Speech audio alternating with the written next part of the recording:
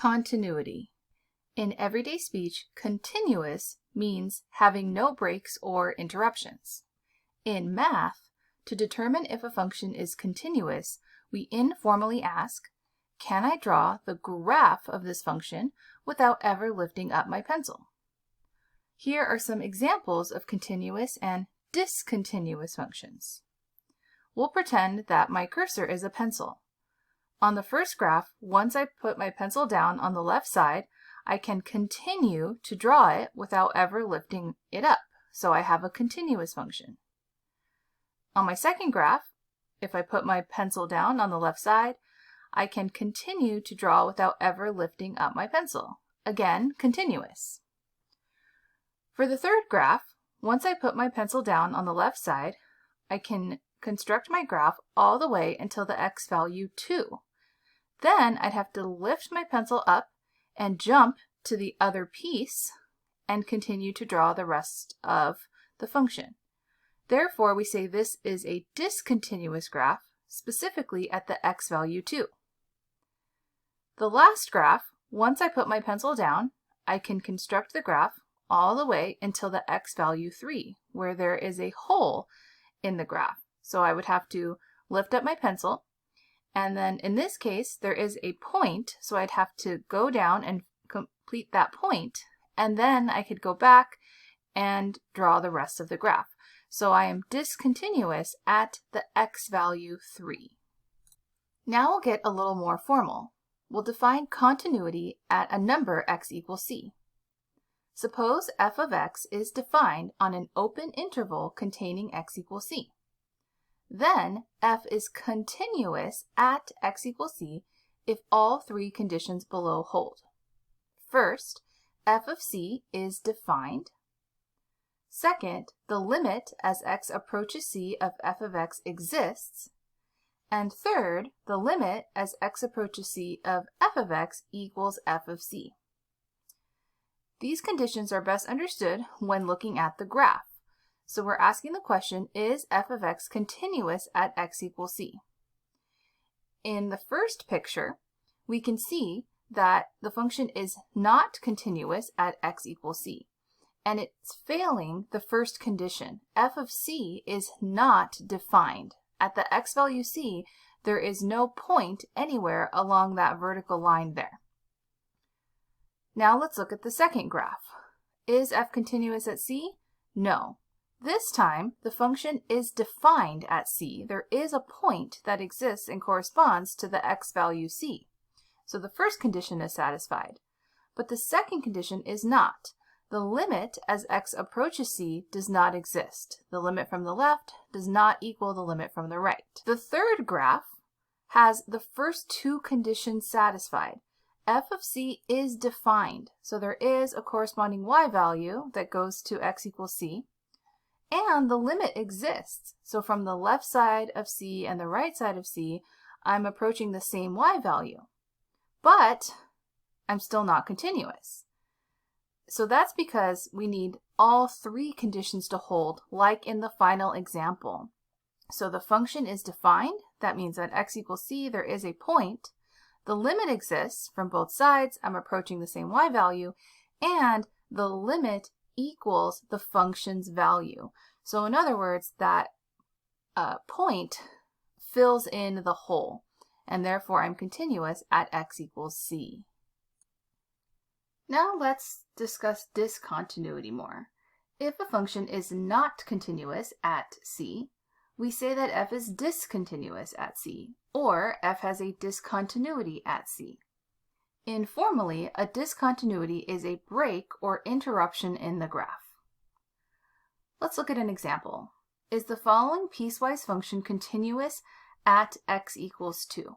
The function is f of x is equal to, the first piece is the square root of the quantity x plus 2 when x is less than or equal to 2, and the second piece is the line x minus 5 when x is greater than 2. So piecewise functions often have the potential to be discontinuous where the pieces of the function switch.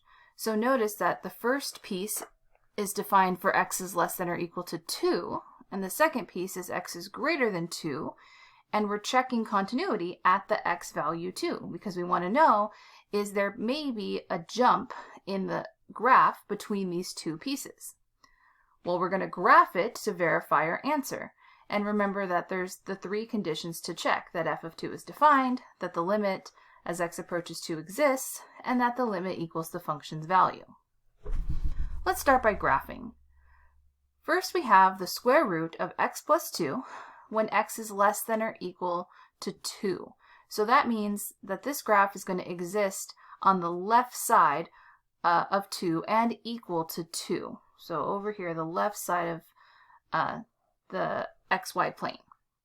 Now, the regular square root of x graph passes through the origin. So I'm going to start to construct it, but then I'm going to erase it. So the regular square root of x goes through 0, 0, passes through 1, 1, because the square root of 1 is 1, passes through 4, 2, because the square root of 4 is 2. So that's the regular square root of x graph, but the plus 2 underneath the radical here is going to perform a shift. So this is going to shift my graph to the left 2 units. So every single one of these points is going to shift to the left 2. I'll have a point at negative 2, 0, at negative 1, 1, and at 2, 2. And that works out nicely because I'm going to connect those together, and that's going to be the square root of x plus 2 when x is less than or equal to 2. So the graph typically keeps going, but because I want to stop it when x values are less than or equal to 2, I'm going to make this a filled-in point at the x value 2. Now let's construct the other piece of the piecewise function, which is a line. So I have x minus 5 when x is greater than 2. Now typically when you graph a line in y equals mx plus b form, we might be tempted to go straight for graphing the y-intercept, which is negative 5. But the y-intercept would be right here, right along the y-axis, and this line is only defined for x values greater than 2. So I don't want to come down here and put a point and start to construct the line, because then I wouldn't actually have a function anymore. I can't draw my line over here when x values are less than or equal to 2. That was just the square root function. So I can only start constructing my line to the right of 2, starting at 2, but right at 2 I have to put a hole. So here's what I'm going to do to graph the line. I'm just going to plot points, right? It's the most basic way to graph any function is plotting points. So I'm going to plug in 2. 2 minus 5 is negative 3. So I'm going to go down here to negative 3, but it has to be an open circle because it's just greater than 2, not greater than or equal to 2. And I don't want to plug in 3 and just ignore 2 completely. I think that's something students often do, is they're like, oh, an x value greater than 2, let me plug in 3. But then that ignores all the values between 2 and 3, right? 2.1, 2.5, 2.75. There's lots of values between 2 and 3 that we don't want to skip over. So we do want to plug in 2, put an open circle down here at negative 3, and then we'll go ahead and plug in 3. So 3 minus 5, that's negative 2. We will put a point there. And then if I were to plug in 4, 4 minus 5 is negative 1. And I can go ahead and connect these points. I really only need 2 points to define my line. So this is the line x minus 5. Also, once we plotted that open circle down here, I also could have used the fact that the slope m is 1. So I could have gone up 1 over 1, up 1 over 1 to get more points. So we can use a collection of graphing techniques. But the bottom line is this is our graph, and there's 3 things to check. Is f of 2 defined? Yes, f of 2 is defined. So there is a corresponding point that goes to the x value 2. Does the limit exist? No. All right, so the limit from the left does not equal the limit from the right. So we have at least one condition that fails. The third condition also fails, obviously, because the limit doesn't even exist, so it can't equal the function value. So, is the following piecewise continuous at 2? The answer is no. F of x is discontinuous at x equals 2. Now let's look at the types of discontinuities. We'll start with a removable or point discontinuity. If the limit as x approaches c of f of x exists, but f of c is undefined, or if the limit as x approaches c of f of x does not equal f of c, then we say f has a removable discontinuity at x equals c. I think it's best explained using the graphs below. So both of the graphs below have a removable or point discontinuity at x equals 2.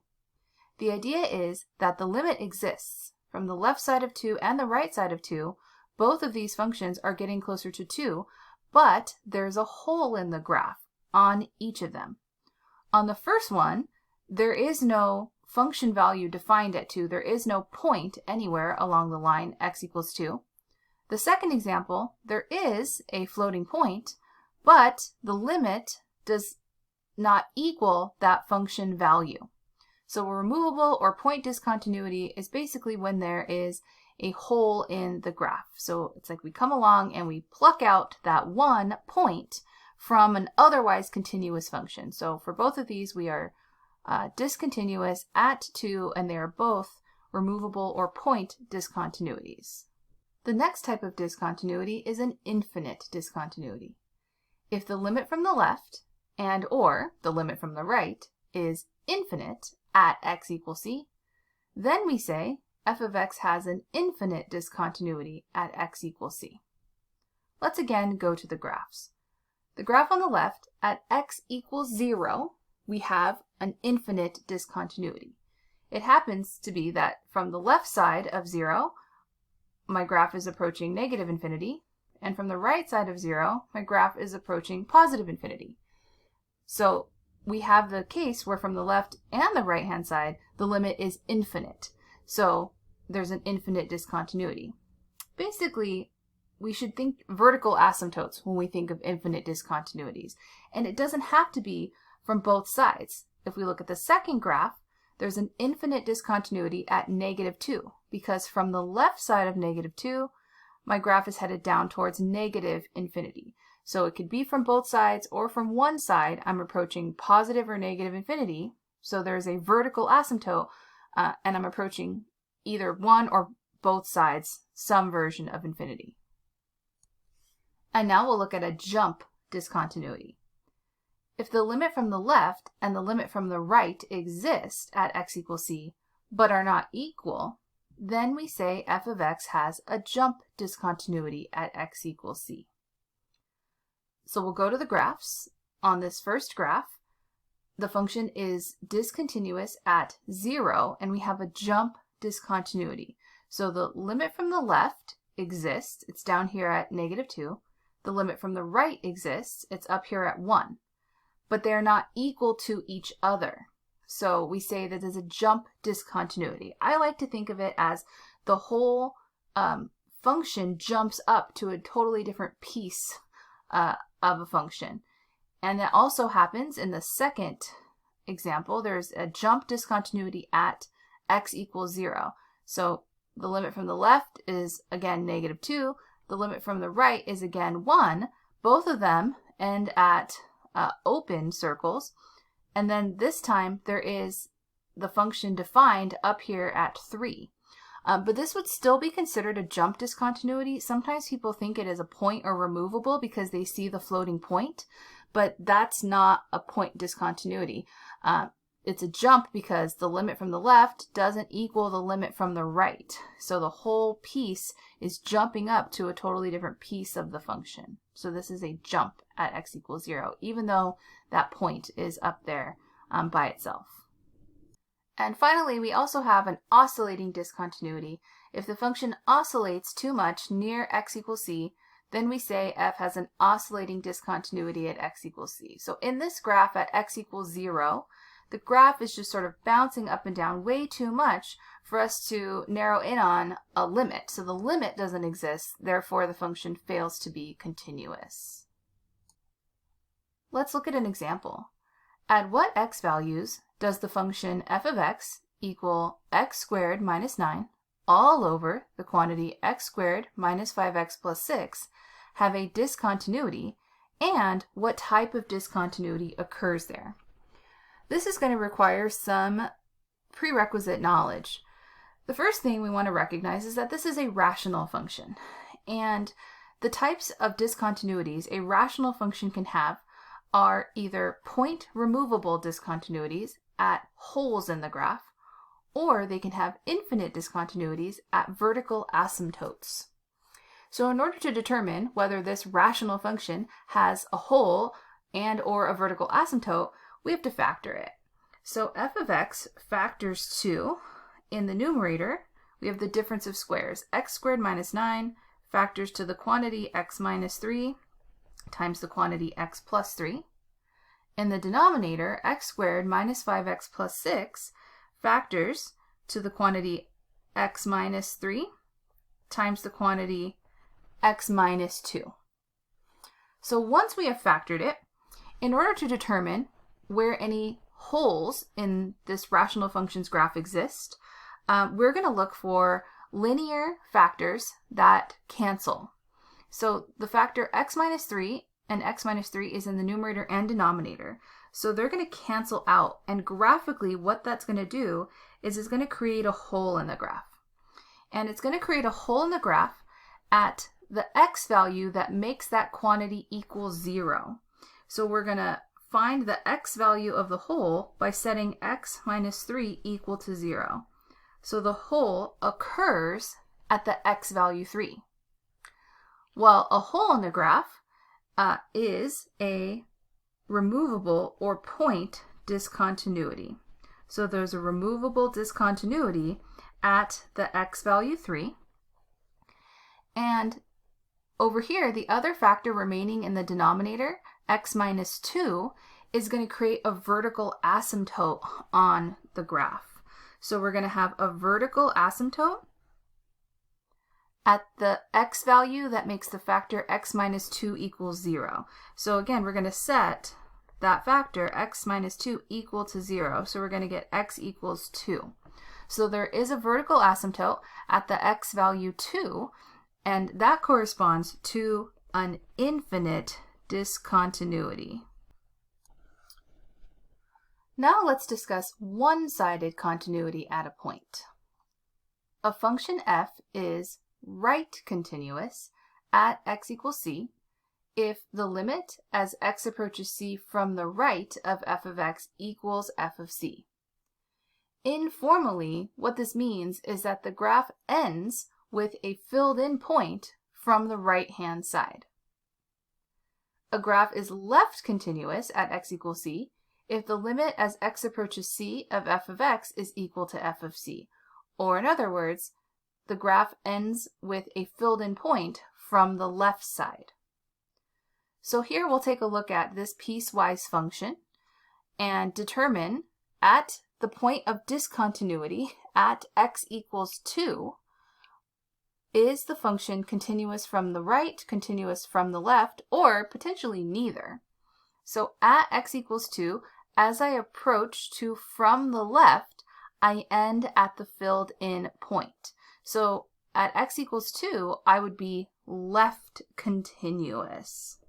So at x equals 2, I am left continuous. If I look at approaching to from the right side, I end at the open circle. Now we're going to look at sort of a big example that connects all of the different ideas we've talked about so far. From the graph of f shown, state each value at which f is discontinuous, the type of discontinuity at each. Explain which continuity criteria fails there, and determine whether f is left continuous, right continuous, or neither at each value. So we're going to go ahead and start from left to right. We're going to look on the left side of this graph. Well, if I try to put my pencil down and draw it, at the x value -1, I'd have to lift my pencil off the paper to continue to draw it. So I have a discontinuity at x equals -1. The type of discontinuity is infinite because from at least one side, I'm approaching an infinity, negative infinity. So there's a vertical asymptote. I have an infinite discontinuity. The continuity criteria that fails.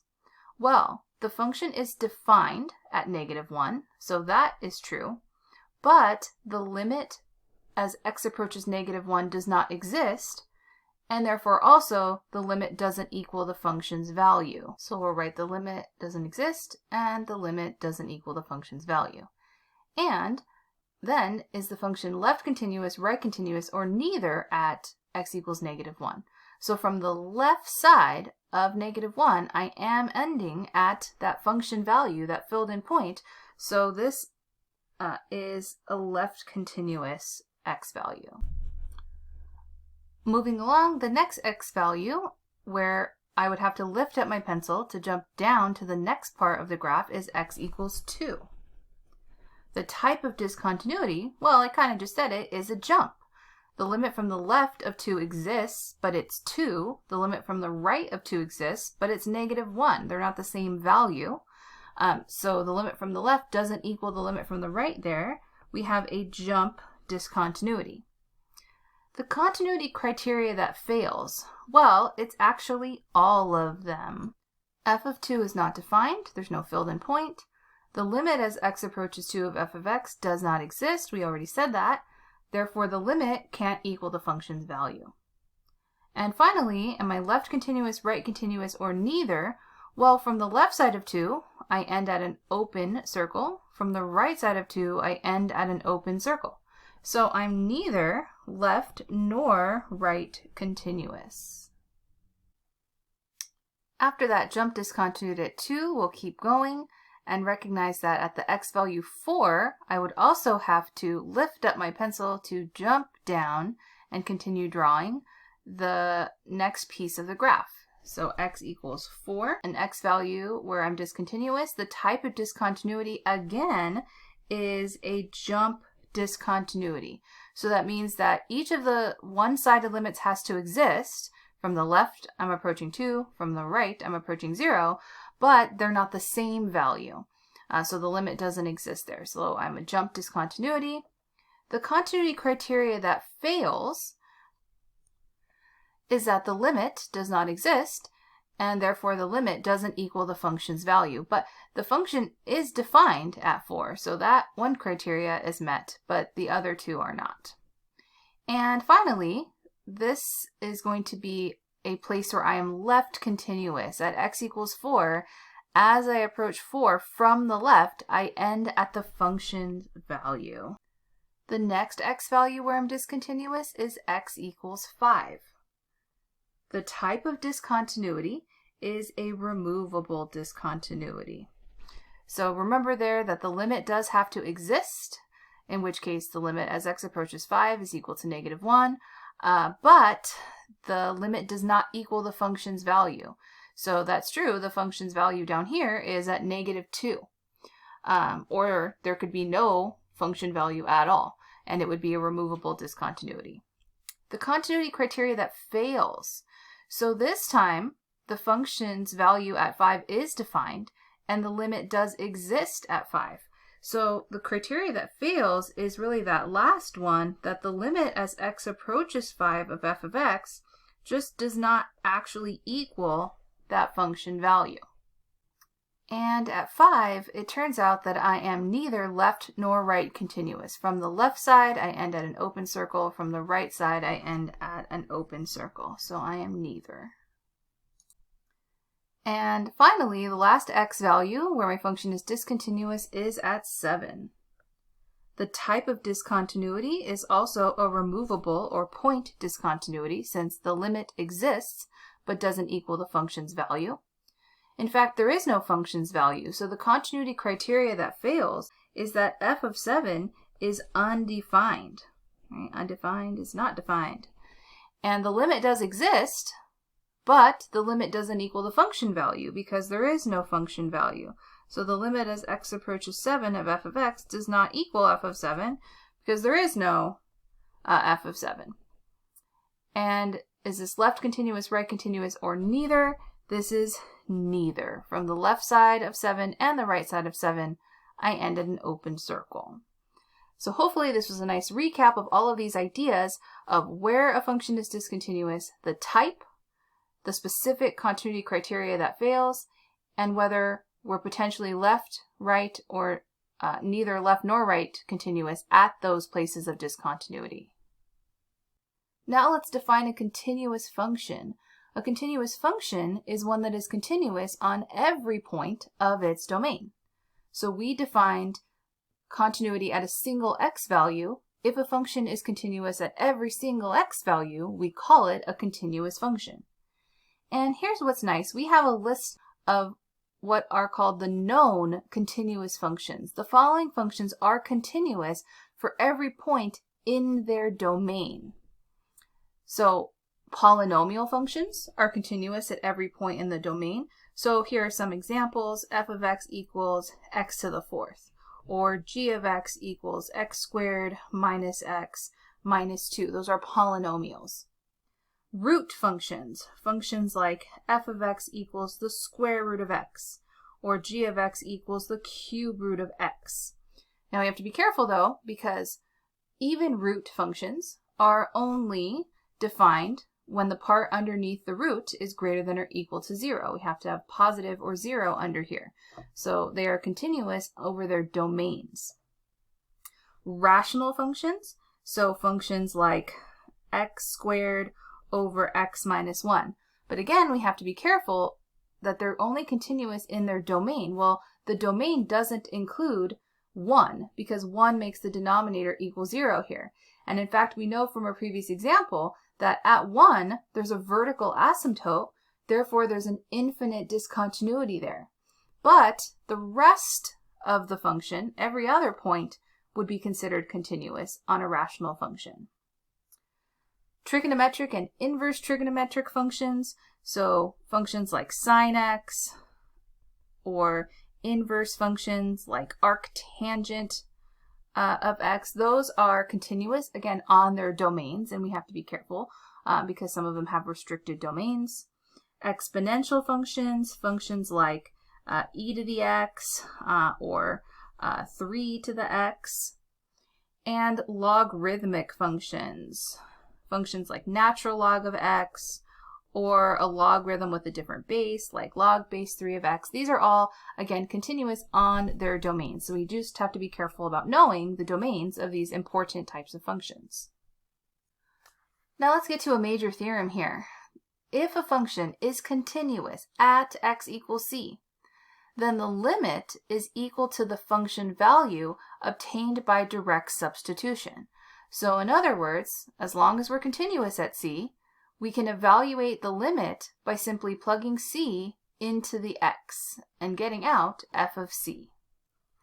So for example, if we wanted to evaluate the limit as x approaches pi over 2 of cosine of x, because cosine is on that list of known continuous functions over every point of its domain, and the domain of cosine x is all real numbers, to evaluate this limit, we can simply plug pi over 2 into the x value. So cosine of pi over 2 and cosine of pi over 2, the x value at pi over 2 is 0. So it is continuity that allows us to do that direct substitution. Now we also have some laws of continuity. Assuming that f of x and g of x are continuous at the point x equals c, then the following functions are also continuous at x equals c. So basically the sum or difference of two continuous functions are continuous. We can multiply by a constant and still have a continuous function. We can multiply two functions together or divide them as long as the quotient is not 0, and that is still continuous. Powers, so we can raise a continuous function to a power, which includes a root, because that's also a power, and it will still be continuous. And these basically come from our limit laws. So here's like a quick proof of the first law of continuity. So the limit as x approaches c of f plus g of x, well, that's the same as f of x plus g of x. And from our limit laws, we can split this up into two separate limits. And because the limit as x approaches c of f of x must equal f of c, if my function f is continuous at c. And if my function g of x is continuous at c, then I can plug c into x and get just g of c. So now f of c plus g of c can be rewritten as f plus g of c. So that means that the limit of f plus g is equal to the function value at c. So that's why we can just add two continuous functions and the sum will still be continuous. It's all based on our limit laws. Let's look at some other interesting pieces here about limits and continuity. The limit of a composite function. The limit as x approaches c of f of g of x is equal to f of the limit as x approaches c of g of x, if f is continuous at the limit as x approaches c of g of x. So what's going on here? Basically, I can take a limit into a composition as long as whatever the answer to this inside limit is makes f a continuous function. And that's going to help us out because it gives us continuity of composite functions. So if g is continuous at x equals b, and f is continuous at g of b, then the composition f of g of x is continuous at x equals b. Kind of a lot going on, but simply put, a continuous function of a continuous function is continuous. So let's look at an example of how this helps us. Let's say we want to evaluate the limit as x approaches 2 of sine of pi times x over 2. So this is now a composition of known continuous functions. The inside is technically linear, so pi times x over 2 is just a line, which is a polynomial, and it's inside of sine x, which is a trig function, which is continuous. So I have a composition of continuous functions here. So that means that I can evaluate this using direct substitution, because I can always use direct substitution if I have a continuous function. And from this statement above, if I'm taking the composition of two continuous functions, it's also continuous. So basically, it's a lot of formality to show that we can simply plug in 2 to get the answer. So sine of pi times 2 over 2, well, the 2's cancel. So we have sine of pi, and sine of pi is equal to 0. In this example, we want to find the value of k so that f of x is continuous everywhere, given f of x is equal to the piecewise function negative x plus k when x is less than or equal to 1, and x squared plus 2 when x is greater than 1. So let's try to graph the situation and understand a little bit more about what's happening and what this value of k is that we're searching for. So I'm actually going to start by graphing x squared plus 2 since I have that entire function, and I only want to graph it when x is greater than 1. So I'm going to go ahead and graph this by just plotting a few points. When I substitute in 1 squared plus 2 is 3. So 1, 3, I'm going to put open circle there because as x is greater than 1. Then I'll plug in 2. 2 squared is 4. 4 plus 2 is 6. So I'm going to go ahead and plot a filled in point at 2, 6. And this is a parabola, so I'm going to sketch it sort of as a curve there. So this is x squared plus 2. And now this other function, negative x plus k, well, that's a line, right? This is a linear function here with a slope of negative 1. But what we're missing is the y-intercept. That's really what I'm looking for here. So I'm going to kind of roughly sketch this second piece here. So it's going to have a slope of negative 1. And we don't have the y-intercept, but what we want to do is we want to create a line that forces this piecewise function to be continuous. So that line with a slope of negative 1 has to be such that at the x value 1, those two pieces meet up. So that's the only way the function is going to be continuous everywhere, is if those two functions meet. Or if their limits are equal from the left and from the right. So that's how I'm going to go about finding that value of k. And essentially what we're really trying to find is the y-intercept on this example. So we didn't actually have to draw any of that. The idea, though, is that I need the limit from the left to equal the limit from the right in order to force these two pieces to be continuous. So I'm going to set equal to each other the limit as x approaches 1 from the left of negative x plus k. So when x values are less than 1, that's from the left of 1, I have to use the top function. And that has to equal the limit as x approaches 1 from the right of the other function, x squared plus 2. That's defined when x values are bigger than 1, or 1 from the right. So I'm going to force these two to be equal to one another. So I'm going to plug 1 into x. So negative 1 plus k is equal to 1 squared plus 2, or negative 1 plus k is equal to 3, or k is equal to 4. So k is equal to 4. And we did draw the graph, so let's kind of check out that that makes sense. It does make sense. So if k is equal to 4, that would be the y-intercept for the line negative x plus k. That would force these two pieces to meet at the same location and therefore be a continuous function. And I also want to point out that exactly one of these two restrictions has to include 1, because in order to be continuous, the function has to be defined at 1. The Intermediate Value Theorem. The Intermediate Value Theorem, or IVT, is a fundamental result which tells us that a continuous function cannot skip values. Here's the formal statement. If f of x is continuous on a closed interval from a to b, so here we have a to b, we have a closed interval where my function is continuous. Then for every value m between f of a and f of b, we'll pause. So m is a y value between f of a and f of b. So here's m.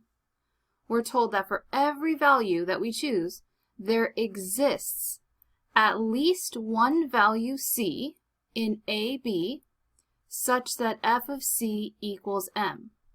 So it means that there is a value, we can trace it back, c, between a and b. So here's my c, it's between a and b. There's at least one value so that f of c is equal to m.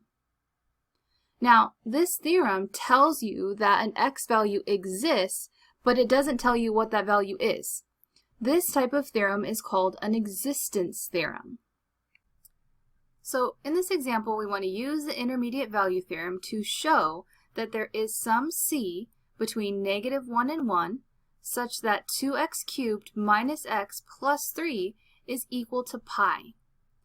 So we're not going to find that specific value, but we want to show that there is some value that we can plug in here for x and x so that the output is equal to exactly pi. We're going to start by saying, let's go ahead and let f of x equal the function 2x cubed minus x plus 3. And we're going to note that it is a polynomial, so it's continuous. So yes, we needed to write all that out because to use the intermediate value theorem, we had to know that we have a continuous function. So now the next part is, we're going to go ahead and substitute in each of the endpoints into our function to make sure one of the values is greater than pi and the other value is less than pi. So we have now f of negative 1 is equal to 2 times negative 1 cubed minus negative 1 plus 3. So overall this is 2, which is less than pi. And f of 1 is 2 times 1 cubed minus 1 plus 3, so I get 4, which is greater than pi. So we know that if one of the outputs is less than pi and the other output is greater than pi, then that must mean, because I'm continuous, that I have some value where I actually equal pi exactly. So we're going to say, thus, by the IVT, there must be some C value in the interval between -1 and 1 and between the x values such that f of c is equal to pi. So there is some writing involved, absolutely. It's always the same. So we want to say that the function itself is a polynomial or whatever class of function it is so that we know for sure it's continuous on the given interval. And we substitute in the endpoints, and we want to make sure that one of the values is on one side and the other values on the other side, trapping that value, in this case pi, because then the intermediate value theorem guarantees we can't skip that number. There must be some c between -1 and 1 such that f of c equals pi. Now we didn't find the value, but we know that one exists. Now there's a common use of the intermediate value theorem to show the existence of zeros. So if f of x is continuous on a closed interval, and if f of a and f of b are non-zero and have opposite signs.